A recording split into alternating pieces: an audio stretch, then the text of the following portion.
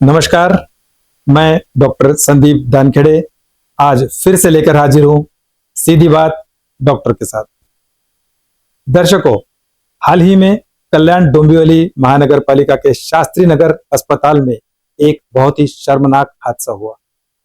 इसमें वहां के स्थानीय नगर सेवक द्वारा वहां के कर्मचारी, स्टाफ नर्सेस तथा डॉक्टर्स के साथ में बहुत ही अभद्र भाषा में व्यवहार तथा शारीरिक हिंसा भी की गई और इसके बाद महाराष्ट्र राज्य इंडियन मेडिकल एसोसिएशन द्वारा एक दिन के लिए स्ट्राइक करने की चेतावनी दी गई थी। ये सब वाकया काफी हद तक हम लोगों ने जाना है, सुना है, लेकिन इसी बारे में आज चर्चा करने के लिए हमारे स्टूडियो में आए हैं इंडियन मेडिकल एसोसिएशन अमरावती के सेक्रेटरी डॉक्टर विक्रम वानखेड़े। नमस्कार। नमस्कार सर। डॉक्टर विक्रम, आपका हमारे स्टूडियो में स्वागत है। धन्यवाद सर। डॉक्टर विक्रम वानखेड़े न केवल इंडियन मेडिकल एसोसिएशन के सेक्रेटरी है, बल्कि अमरावती के एक जाने माने मनोचिकित्सक यानी साइकेट्रिस्ट भी है। तो हम इस पहलू का मनोचिकित्सकीय पहलू भी समझने की कोशिश करेंगे। डॉक्टर साहब, हम लोगों ने तो मीडिया में काफी इसके बारे में देखा है, जो उसके फुटेजेस और जो लैंग्वेज सुनी है वो तो बहुत ही शर्मनाक थी। आप एग्जैक्टली शॉर्ट में इस बारे में क्या हुआ था, ये वाकया, इस बारे में थोड़ा हमारे दर्शकों को जानकारी देंगे? सर, हुआ ये था कि कल्याण डोंबिवली का जो शास्त्री नगर का कॉरपोरेशन हॉस्पिटल जो है वहाँ पे एक महिला को लाया गया डिलीवरी के लिए। जब उसकी सोनोग्राफी की गई तो पता चला कि जो कॉर्ड रहता है, अम्बिलिकल कॉर्ड, वो बच्चे के अराउंड द नेक है। तो फीटल डिस्ट्रेस जिसे आप कहते हैं, आप ज्यादा अच्छे से समझ पाएंगे। ऐसे केस में यूजुअली ये एडवाइस दी जाती है कि बच्चे को अगर एनआईसीयू की जरूरत पड़ती है डिलीवरी के बाद में, तो ये बच्चे की सेहत के लिए काफी धोखादायक हो सकता है। वहां पे उस फैसिलिटी में एनआईसीयू की सुविधा उपलब्ध नहीं थी। ओके। तो उन्होंने कहा कि आप इसे हायर सेंटर में रेफर कर दिया जाए, ताकि पेशेंट को अच्छे से केयर मिले और होने वाले बच्चे की जान को खतरा न हो। ये जब समझाया गया तो रिलेटिव्स ने तो पता नहीं माना नहीं माना, लेकिन वहां पे जो वहाँ के कॉर्पोरेटर थे, रमेश मात्रे जी, शिवसेना के कॉर्पोरेटर, वो वहां पे आए अपने 4-5 कार्यकर्ताओं के साथ में, और उन्होंने डॉक्टर के साथ बहस करना शुरू कर दिया। तो डॉक्टर ने जब उनको ये समझाने की कोशिश की तो बजाय इस विषय का गांभीर्य समझते हुए, बजाय इसका सीरियसनेस ध्यान में लेने से, उन्होंने डॉक्टर के साथ बड़ी ही गंदी भाषा में वहां पे व्यवहार किया, गाली गलौज की। यहाँ तक वो नहीं रुके, उन्होंने उन्हें जान से मारने की धमकी भी दी। और ऑन ड्यूटी जो मेल डॉक्टर थे, on duty female doctor, on duty महिला जो नर्सेस थी, उनके साथ हाथापाई की। उन्हें हाथों से, लातों से, वहां पे जो रजिस्टर्स थे उससे उन्हें इतना मारा गया। और ये सारी चीजें कैमरा में कैद है। आप वो वीडियो देखेंगे, आपने देखा होगा सर, वो देखने लायक नहीं है। इतनी बुरी तरह से व्यवहार कोई किसी के साथ भी नहीं होता, और जबकि वजह इतनी बड़ी थी नहीं। डॉक्टर्स ने पेशेंट के हित में बात की थी। डॉक्टर साहब, ये कॉमन प्रोसीजर है, जैसे हम भी अभी पीडियाट्रिशियन है, हम लोग देखते हैं जब किसी महिला में जो होने वाली बच्चे में जब हम देखते हैं कि संभावना है कि उस बच्चे को एनआईसीयू की जरूरत पड़ सकती है, तब एक इन यूटेरो ट्रांसफर नाम का एक कंसेप्ट होता है, जिसके जरिए ऐसे कहा जाता है कि जहां पर सुविधा उपलब्ध है उस जगह पर पेशेंट को जल्दी से जल्दी शिफ्ट किया जाना चाहिए। और उसके लिए गवर्नमेंट की एम्बुलेंसेज भी फ्री फैसिलिटी अवेलेबल है। फिर ऐसे वक्त में बिना उस पेशेंट के लिए सही क्या है वो सोचने की बजाय, जो एक्सपर्ट डॉक्टर्स है उनकी राय मानने के बजाय, केवल अपना अहंकार, अपना ईगो और हमारा ही माना जाना चाहिए, इस जिद में आकर ये क्या मानसिकता दर्शाती है? ये उस जो राजकीय व्यक्ति वहां पे थे, जो कॉर्पोरेटर जो थे, उन्होंने अपनी कमजोर मानसिकता का वहां पे प्रदर्शन किया है। एस्केपिज्म है सर। डॉक्टर साहब, ये तो हमको ऐसे दिखा रहा है कि वो अपनी ताकत दिखा रहे हैं, बल्कि आप कह रहे हैं कि ये उनकी कमजोरी है, ये उनकी मानसिक कमजोरी है। सर, जो व्यक्ति ज्यादा डरता है ना, वो ज्यादा ताकत दिखाने की कोशिश करता है। जो मानसिक रूप से कमजोर होता है वो ये दिखाने की कोशिश करना चाहता है कि भाई मुझसे लोग और ज्यादा कमजोर है। भाई कमजोरी उनकी क्यों थी? क्योंकि वो गवर्नमेंट हॉस्पिटल था, कॉर्पोरेट हॉस्पिटल था।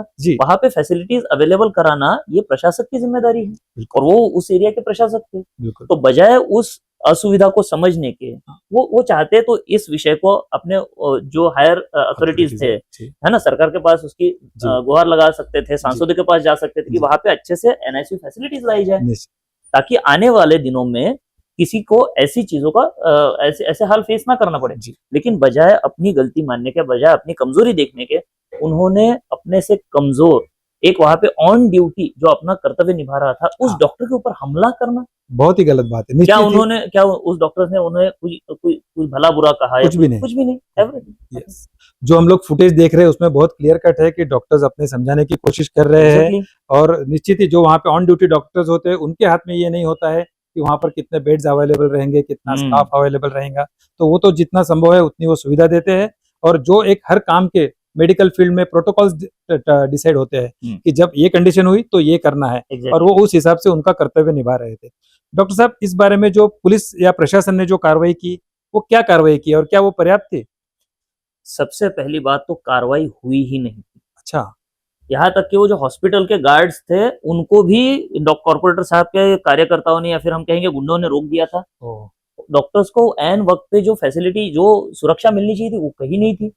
इसके बाद में जो कायदे के मुताबिक पुलिस ने खुद होके इस बारे में कार्रवाई करनी चाहिए थी वो भी कहीं हुई नहीं जी। जब इसका वीडियो लीक हुआ सर, जब ये सोशल मीडिया के थ्रू सब लोगों तक पहुंचा, जब पूरे देश भर से उसके ऊपर बहुत ज्यादा गुस्सा व्यतीत किया गया, जब state IMA, local Indian medical association के ब्रांचेस ने जाके सवाल पूछे कि भाई ये इतना बड़ा घटना आपके दायरे में हो गया पुलिस स्टेशन की, आपने कार्रवाई क्यों नहीं की? तब जाके उन्होंने कार्रवाई की, और जो भी बहुत ही मिनिमल ग्रेड के चार्जेस उनके ऊपर लगाए गए, जैसे कुछ बड़ा कोई चीज हुई नहीं है। सर, इसके लिए कायदे में बड़ा प्रावधान है। क्या क्या प्रावधान है इसमें? जैसे कि हम लोग ये कई सालों से ये देखते हैं कि हमेशा ये कहा गया है कि हेल्थ केयर फैसिलिटीज ये भयमुक्त वातावरण में होनी चाहिए, पेशेंट्स को अच्छी सुविधा देने के लिए डॉक्टर्स को उतना टेंशन फ्री होना चाहिए ताकि वो सही डिसीजंस ले सके अपने पेशेंट्स के बारे में।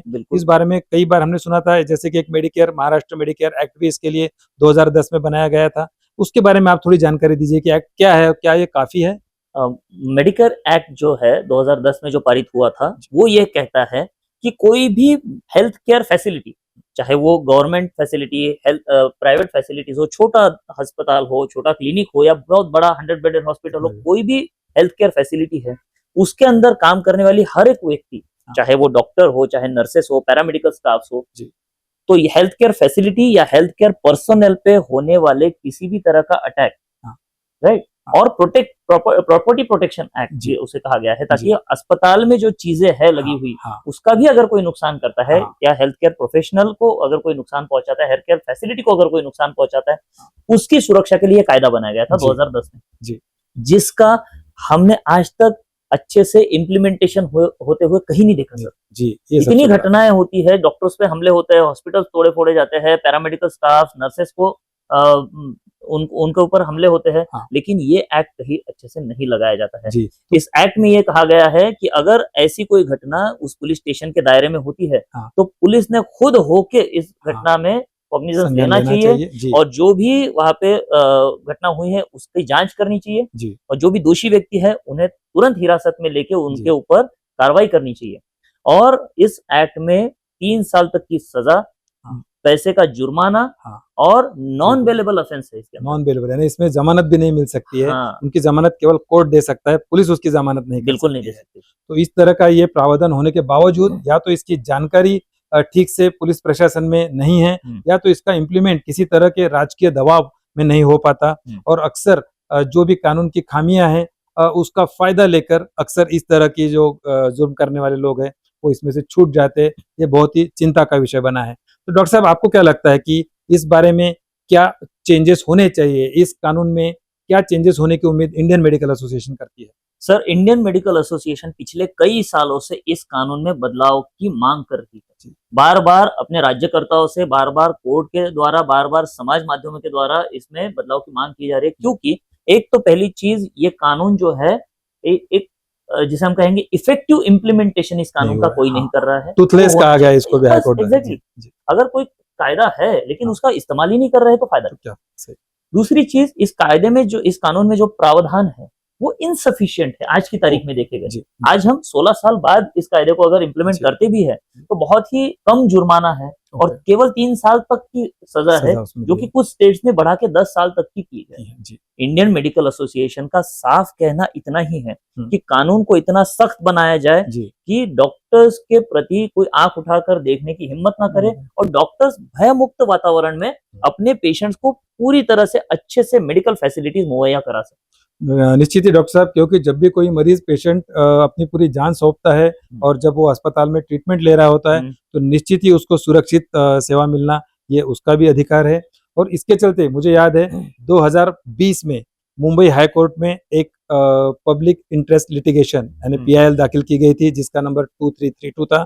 उसमें हाई कोर्ट ने संज्ञान लेते हुए इसकी सुनवाई करते हुए ये कहा गया था कि हेल्थ केयर एस्टेब्लिशमेंट यानी सभी हॉस्पिटल्स में सुरक्षा मुहैया कराना ये गवर्नमेंट की जिम्मेदारी है। और उन्होंने उसमें ये भी कहा था कि अभी का जो ये कायदा है ये सफिशिएंट नहीं है, इसमें ज्यादा स्ट्रिक्ट और कायदे में अरेंजमेंट्स करना जरूरत है।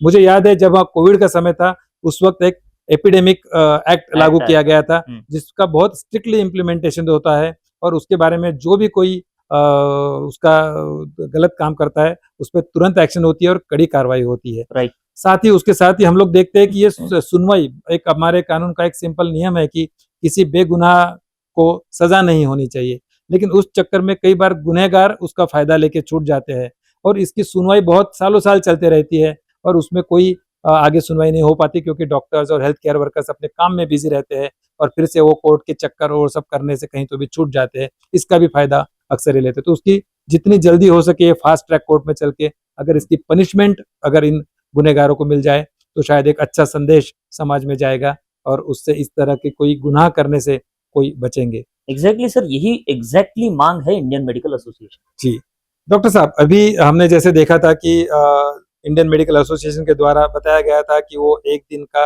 लाक्षणिक संप टोकन स्ट्राइक करने वाले थे, लेकिन बाद में वो स्ट्राइक पीछे लिया गया था। इस बारे में क्या आप थोड़ा जानकारी बताएंगे, क्या क्यों ये स्ट्राइक पीछे लेके गया और स्ट्राइक भी करने की जरूरत डॉक्टरों को क्यों आ रही और डॉक्टरों की क्या भावना है? क्योंकि अगर कोई स्ट्राइक होता है तो उसमें तो सफरर अल्टीमेटली सामान्य लोग और मरीज लोग होते हैं और डॉक्टर्स तो कभी नहीं चाहेंगे कि पेशेंट्स को कोई नुकसान हो। तो ऐसी हालत में ये हालत क्यों हो रहा है कि स्ट्राइक करना पड़ रहा है और फिर बाद में क्यों उसको पीछे लिया गया? सर, इस बारे में थोड़ा इसके पीछे की पार्श्वभूमि मैं आपको समझाना चाहता हूँ कि जैसे हमने कहा कि मेडिकेयर एक्ट के तहत कार्रवाई नहीं की गई थी इस मामले में। रमेश म्हात्रे जी जो शिवसेना के वहां के कॉर्पोरेटर थे, जो इस घटना के मेन कल्प्रिट थे और उनके जो 4 साथीदार थे जिन्होंने भी डॉक्टर्स के साथ बदसलूकी की, डॉक्टर्स को मारा पीटा गाली गलौज किया, उन सब के खिलाफ बहुत ही माइनर चार्जेस लगाए गए थे। और उसके चलते आपने देखा होगा कि कॉर्पोरेटर साहब तो जेल में गए भी नहीं थे पहले। वो तो बीमारी का बहाना बना के हॉस्पिटल में एडमिट हो गए थे। मतलब जिन डॉक्टरों को आप मार रहे हैं उन्हीं के पीछे आप छुप रहे हैं अपनी बेल के लिए, राइट? तो ये तो कितनी बड़ी आयरनी है। और वही डॉक्टर्स आपको सपोर्ट भी कर रहे हैं। आपने कहा चेस्ट पेन हो रहा है, डॉक्टर्स ने मना नहीं किया। ये नहीं कहा कि आपने तो इंश्योर किया कि हाँ सचमुच उनकी तबीयत ठीक तो नहीं है। हाँ, उन्होंने इंश्योर किया। उन्होंने उस वक्त में भी अपने जिम्मेदारी से भागे नहीं डॉक्टर्स। चाहे वो डॉक्टर्स पे ही जिन्होंने असॉल्ट किया वो व्यक्ति भी उनके सामने आया, फिर भी उन्होंने एक नॉर्मल मरीज की तरह उनकी इलाज किया, उनके जांच पड़ताल की और जब तक कोर्ट के आदेश के अनुसार ही उनके ऊपर सारे जो प्रोसीजर थे वो सारे किए गए। लेकिन आपने देखा होगा कि मैजिस्ट्रेट ने उन्हें बेल दे दी, राइट जी। इतना बड़ा संगीन जुर्म जिस व्यक्ति ने किया उसको तुरंत ही बेल मिल गई। वो घर पे चले गए, अपने प्राइवेट गाड़ी में घूम रहे हैं अपने क्षेत्र में। बहुत ही शर्मनाक, बहुत शर्मनाक थी। तो ये तो भाई कानून का मजाक उड़ाया जैसा था जी। तो डॉक्टर्स ने कहा कि भाई अब हम ये सहन नहीं करेंगे और हम एक दिन का एक टोकन स्ट्राइक करेंगे, एक दिन के हम हड़ताल करेंगे और अगर हमारी मांगे अगर ढंग से पूरी नहीं की गई, अगर इस कानून व्यवस्था में सुधार नहीं किए गए तो हम लंबे समय तक की हड़ताल हम आगे जाके करेंगे, इंडेफिनिट स्ट्राइक करेंगे। तब तक अब हम चुप नहीं बैठने वाले जी। डॉक्टर्स की ये दरकार, ये पुकार जब सारे समाज माध्यमों के थ्रू, सारे मीडिया के थ्रू जब हाईकोर्ट तक पहुंची तो हाईकोर्ट में इतिहास में पहली बार सुओ मोटो मतलब खुद होके इस संज्ञान लिया इस चीज का और उन्होंने इसकी बेल के ऊपर स्टे ऑर्डर तो लाया ही उनके, लेकिन मैजिस्ट्रेट की भी कड़ी आलोचना, उनकी जो रिपोर्ट आई है, जो रिजल्ट आया है, मैजिस्ट्रेट के निर्णय की कड़ी निंदा खुद हाईकोर्ट ने की कि किस तरह से इतने बड़े संगीन जुर्म में आपने बिना कोई बड़ी वजह कंसिडर किए हुए उसे आराम से बेल दे दी।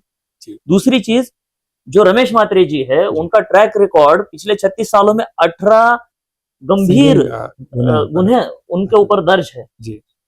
इन आरोपों की भी आपने ध्यान नहीं दिया उसकी तरफ, आपने ऐसी कैसे बेल दे दी जी।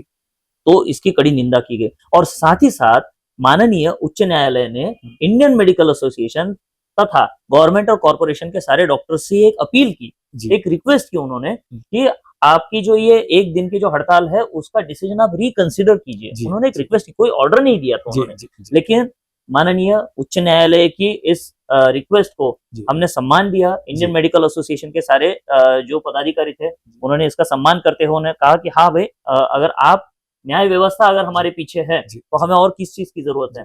डेफिनेटली हम न्यायिक और संवैधानिक रूप से ही जी। हमारी हड़ताल और हमारा पूरा निषेध व्यक्त करना जी, चाहते थे। जी, तो हमने न्यायालय का पूरी तरह से मान वहां पे जी, रखते जी, हुए वो लाक्षणिक हमने वो जी, हड़ताल पीछे ली। जी, और हमने ये भी कहा है कि हम पूरी तरह से अच्छे से हाईकोर्ट में इस केस को आगे लड़ेंगे। जी, हमें इस कानून व्यवस्था में जी, हमारी केस एक किसी मात्र व्यक्ति के खिलाफ नहीं है। जी, हम कानून व्यवस्था में सुधार चाहते हैं जी। ताकि डॉक्टर्स का और इस हेल्थ केयर सिस्टम का आगे भविष्य अच्छा रहे। अच्छा है। उसके लिए ये लड़ाई जारी रहेगी, जी, कोर्ट में भी, समाज में भी। यदि इसमें हमें सक्सेस नहीं मिलता है, अगर न्याय व्यवस्था या फिर प्रशासन हमारे पीछे नहीं खड़ा रहता है, तो शायद से फिर से इंडियन मेडिकल एसोसिएशन को कमर कस के इनडेफिनेट स्ट्राइक पे शायद जाना ही पड़ेगा। जाना पड़े। डॉक्टर साहब बहुत सही बात कही आपने। डॉक्टर्स ने हमेशा ही कानून का पालन किया है, हमेशा ही संवैधानिक मार्गों के ज़रिए अपनी बात कहने की कोशिश की है। डॉक्टर्स कभी नहीं चाहेंगे कि पेशेंट्स को सफ़र होना पड़े या पेशेंट्स को नुकसान होना पड़े। एग्जैक्टली। इस हालत में शायद समाज की भी कोई ज़िम्मेदारी बनती है कि ये करने के लिए अपने जनप्रतिनिधियों पर दबाव बनाएँ या इस तरह की माँग की जाए कि अच्छी हेल्थ सुविधा यह जनता का अधिकार है और वो मुहैया करना जनप्रतिनिधियों की ज़िम्मेदारी है। हम कई बार देखते हैं कि हमारे अमरावती शहर में भी बहुत सी नई-नई फैसिलिटीज़ हम लोग देखते हैं, किडनी ट्रांसप्लांट होने लग गया, कॉकलियर ट्रांसप्लांट होने लग गया, बोन मैरो की भी हम लोग देख रहे हैं कि आए दिन अभी फैसिलिटीज़ होने की रास्ते में हैं। तो इस तरह से नई-नई फैसिलिटीज़ जब अपने शहर में होते जा रही है, अब जब कुछ फैसिलिटीज़ अवेलेबल नहीं रहती है, ऐसे वक़्त के लिए अपने को हायर सेंटर भी जाने की ज़रूरत पड़ती है। तो निश्चित ही जब कोई अच्छी फैसिलिटी अवेलेबल होती है, उसका श्रेय भी जनप्रतिनिधियों को मिलता है, बड़े ज़ोर-शोर से उसका उद्घाटन होता है। लेकिन उसी तरह से जब कोई खामियाँ होती है, उसके लिए भी जनता की तरफ से माँग लोक प्रतिनिधियों की तरफ होनी चाहिए। और निश्चित ही मुझे लगता है कि अगर लोगों की तरफ से ये माँग आएगी, तो निश्चित ही अच्छे कानून में इसमें सुधार होगा। डॉक्टर साहब, मुझे थोड़ा-सा, आप एक साइकियाट्रिस्ट भी है, आप इस तरह के लोगों की क्या मानसिकता के बारे में क्या विश्लेषण करना चाहेंगे, जो लोग हिंसा पर उतर आते हैं, छोटी-मोटी बात पर, बजाय कानूनी तरीका अपनाने के? और ऐसे वक़्त में जो वहाँ पर इलाज ले रहे हुए लोग होते हैं, बाकी भी पेशेंट्स होते हैं, उनका भी बहुत नुकसान होता है। उनकी सोच ऐसे वक़्त में क्या होती है? सर, मैं इसी इंसिडेंट्स का आधार लेते हुए इसका जवाब देना चाहूँगा। जी। आप खुद ही सोचिए सर कि वो व्यक्ति, वो डॉक्टर वहाँ पे काम कर रहे हैं, अचानक से कोई आता है, उनके ऊपर इतना बुरा तरीके से उनको हमला करता है, उनको फिज़िकली, मेंटली असॉल्ट करता है। क्या इस घटना के खत्म हो जाने के बाद वो डॉक्टर उतनी अच्छी तरीके से बाकी बचे हुए पेशेंट्स का इलाज कर पाएँगे क्या? नहीं, निश्चित। क्या वो अकेला पेशेंट था उस हॉस्पिटल में? नहीं। नहीं। सैकड़ों पेशेंट आते हैं, कॉर्पोरेशन हॉस्पिटल है सर। हाँ। सैकड़ों पेशेंट आते हैं, कितने सारे पेशेंट्स एडमिट रहते हैं, कितने सारे पेशेंट क्रिटिकल रहते हैं, और इन सारी सिचुएशंस में एक डॉक्टर को अपना माइंड काम रखते हुए इतने सालों की मेहनत के बाद जो उसने नॉलेज एक्वायर किया है, उसको इम्प्लीमेंट करना होता है। जी, जी। इस पेशेंट को ये सुविधाएं देनी है, इसको ये इलाज देना है, इसका वो ऑपरेशन करना है, इसका ये ड्रेसिंग करना है। कई तरह के विचार उसके मन में चलते रहते हैं। बीच में ऐसा कोई हादसा आए तो आपको क्या लगता है कि उसकी मानसिकता अगले कितने दिनों तक खराब हो जाएगी? बहुत डिस्टर्ब रहेगा। वो भी एक इंसान है आखिरकार, और निश्चित ही वो उस व्यक्ति ने अपने काम से इस्तीफा देना चाहा। हाँ। उस लेडी डॉक्टर ने तो डर के मारे वो कंप्लेंट्स भी दर्ज कराने में वो डर रही थी। तो इतना बुरा असर पड़ता है उस व्यक्ति के, उस डॉक्टर की मानसिकता पर।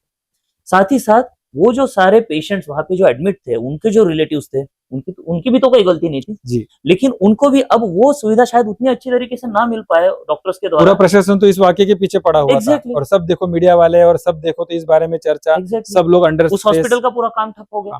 कैसे होगा ये चीज है। दूसरी चीज, हमें इसकी, अगर मैं एक साइकेट्रिस्ट की तरह इस चीज को देखना चाहूंगा, तो इसकी जड़ तक हम अगर पहुंचे तो मैं ये कहूंगा सर कि it's a flaw between doctor patient relationship. जी। जो एक हमने सर बचपन में देखा है कि फैमिली डॉक्टर्स के साथ कितना अच्छा घरेलू संबंध होते थे। बिल्कुल। डॉक्टर्स के ऊपर इतना विश्वास आता है, डॉक्टर ने बोला ये ईस्ट तो ये ईस्ट है, ये वेस्ट है तो ये वेस्ट। कई सलाह लेने के लिए लोग चले जाते थे कि डॉक्टर साहब आप इसको बचपन से देख के हो, ये किस फील्ड में अपना करियर बनाए तो अच्छा रहेगा, ये भी राय लेने के लिए डॉक्टर्स के पास आते थे। और मैं चाहता हूँ सर, मैं ये कहना चाहूंगा कि यही वो रिश्ता है जो हमेशा रहना चाहिए। जी। डॉक्टर और पेशेंट के बीच यही घरेलू रिश्ता रहना चाहिए। जी। जब ये रिश्ता प्रोफेशनल होने लगता है सर, जी। तो ये कंज्यूमर और सर्विस प्रोवाइडर का रिश्ता हो जाता है, बिल्कुल। राइट। और वहां पे हम केवल व्यवहारिक तौर पे इसे देखेंगे, हम भावनिक तौर पे नहीं देखेंगे, फिर कैसे चलेगा। सही। हम केवल व्यवहारिक होके किसी पेशेंट को ट्रीट नहीं कर सकते हैं, जी। हम खुद उस पेशेंट में इमोशनली जस्ट डेफिनेटली इन्वॉल्व होते हैं। कोई भी डॉक्टर ये चाहता है कि उसके पास आया हुआ पेशेंट एक अच्छी मुस्कान लेके घर पे जाए, एक स्वस्थ निरोगी शरीर लेके घर पे जाए, तभी तो उसका नाम होगा। कोई अगर मेरे हॉस्पिटल में आएगा, राइट, उसकी तबीयत और बिगड़ जाएगी, भगवान न करे अगर उसकी जान को कुछ हो जाए, तो क्या मेरा नाम अच्छा होगा? नहीं, उन्हें तो लगेगा कि ये हॉस्पिटल में जाएंगे तो ट्रीटमेंट अच्छी नहीं मिलेगी। तो कोई भी डॉक्टर यही चाहेगा कि मेरे पास आने वाला हर व्यक्ति अच्छा होके जाए। निश्चित, बहुत सही बात की डॉक्टर साहब आपने। तो इसके बाद अभी IMA का, इसके बाद आगे क्या एक्शन का प्लान है? सर, जैसे कि हमने कहा कि हम संवैधानिक तौर पे कोर्ट में इस लड़ाई को आगे जारी रखेंगे, समाज में भी इस लड़ाई के बारे में हम जागरूकता करते रहेंगे, जन जागृति भी करते रहेंगे। हमने जैसे लोकल लेवल पे, स्टेट लेवल पे, इवन नेशनल लेवल पे इस विषय को हमने हमारे सांसदों तक, विधायकों तक भी पहुंचाया है, चीफ मिनिस्टर तक भी पहुंचाया है, होम मिनिस्टर तक भी पहुंचाया है। तो सारे प्रशासक से लेके जो पुलिस प्रशासन है उनकी तरफ भी हम निवेदन दे रहे हैं, राइट। तो ताकि सारे जगहों से इस विषय में जागृति भी हो और सारे जगहों से, सारे ही लेवल पे इस विषय में एक अच्छा प्रेशर बने, एक अच्छा माहौल बने, ताकि जल्द से जल्द हमारे पास एक अच्छा और मजबूत कायदा हो हाथ में। बहुत सही बात की डॉक्टर साहब। डॉक्टर साहब, मरीजों को एक अच्छा सुरक्षित वातावरण मिलने के लिए आज इंडियन मेडिकल एसोसिएशन पूरी तरह से जोर शोर से लड़ रही है। निश्चित ही जनता का भी इसमें सहभाग जरूरी है, जनप्रतिनिधियों की तरफ से भी इसमें सपोर्ट चाहिए, तभी हम मरीजों के लिए एक अच्छा वातावरण, एक सुरक्षित वातावरण दे पाएंगे। डॉक्टर साहब, आज आप हमारे स्टूडियो में आए और हमारे साथ आपकी जानकारी पूरी शेयर की, इसके लिए हम आपका धन्यवाद करते हैं। नमस्कार। नमस्कार।